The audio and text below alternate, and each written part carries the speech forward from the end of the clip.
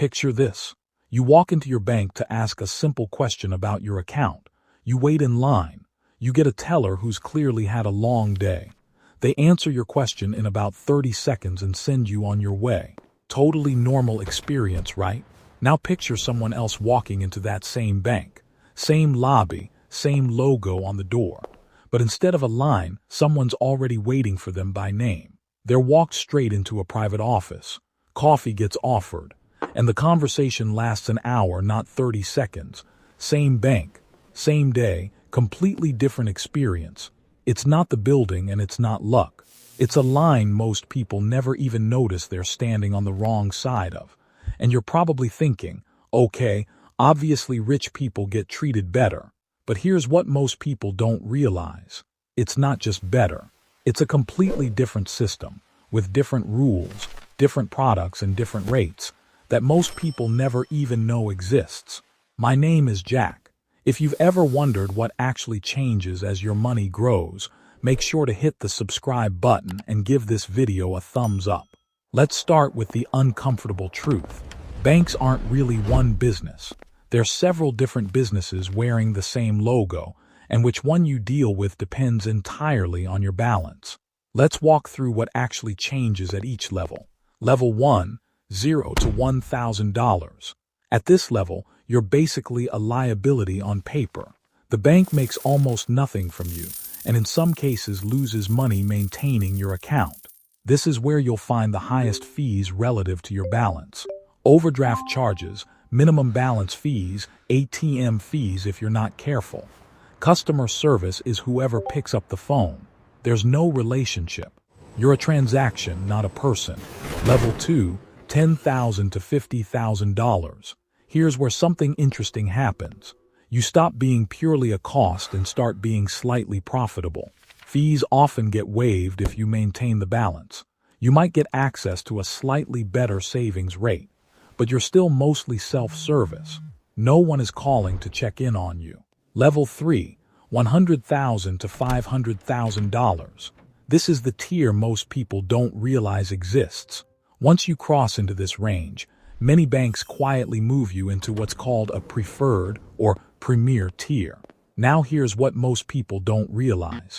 You often get an actual named contact, not a call center, a real person whose job includes knowing your name.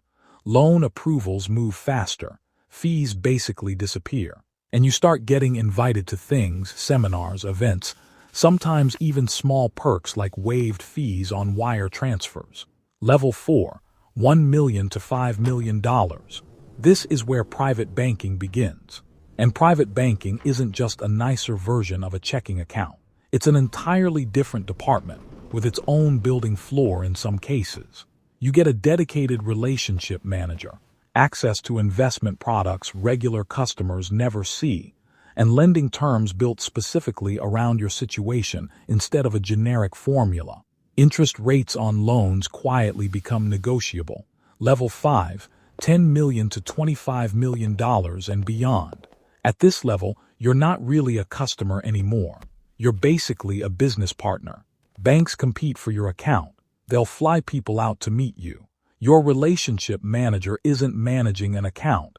They're managing a relationship with the entire family, sometimes across generations. Custom credit lines get created around assets most people don't even think of as collateral, art, private equity stakes, even future inheritance. Estate planning teams, tax specialists, and investment strategists are often included at no extra visible cost, because retaining an account like this is worth far more to the bank than any single fee ever could be. And here's the wild part. Fees, the thing that quietly drains people at level 1, basically stop existing here. The people with the least often pay the most, and the people with the most often pay the least. Let me give you an analogy that makes this click. Think of a bank like an airport. At the bottom, you're in the main terminal. Long lines, crowded gates, you're herded through security like everyone else. But there's a door most people never notice, and behind it is a completely different airport. Private lounges, dedicated staff, flights that practically wait for you. Same airport, same planes taking off. Completely different experience, based entirely on which door you walked through. I had a relative who crossed into that mid-tier, around $200,000, almost by accident, mostly through steady saving, no big windfall. And the first sign something changed wasn't a phone call. It was a letter inviting them to meet with a personal banker. They almost ignored it, assumed it was a sales pitch. It wasn't.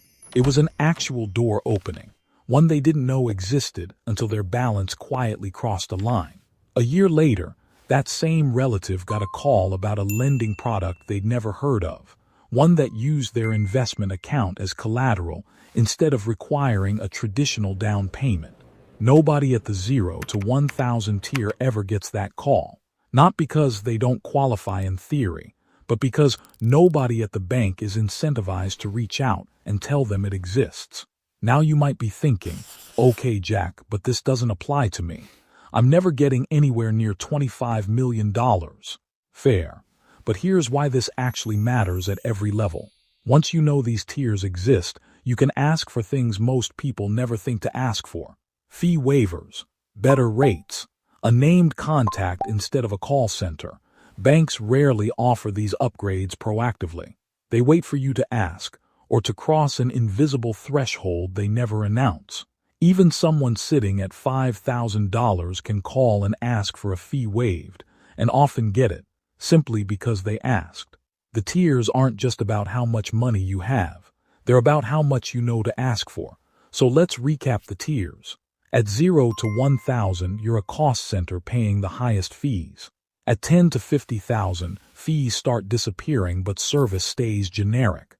At 100,000, you often get a named contact and faster approvals. At 1 million, private banking opens up with dedicated management. And at 10 million and beyond, the bank starts working for you instead of the other way around. Because here's the truth most people never hear. The banking system was never one system. It was always tiered, quietly, invisibly, the entire time. If this video changed how you think about your own bank account, hit subscribe. And I'm curious, has your bank ever offered you something you didn't know was available? Let me know in the comments. Because sometimes the upgrade was sitting there the whole time, you just never knew to ask for the door.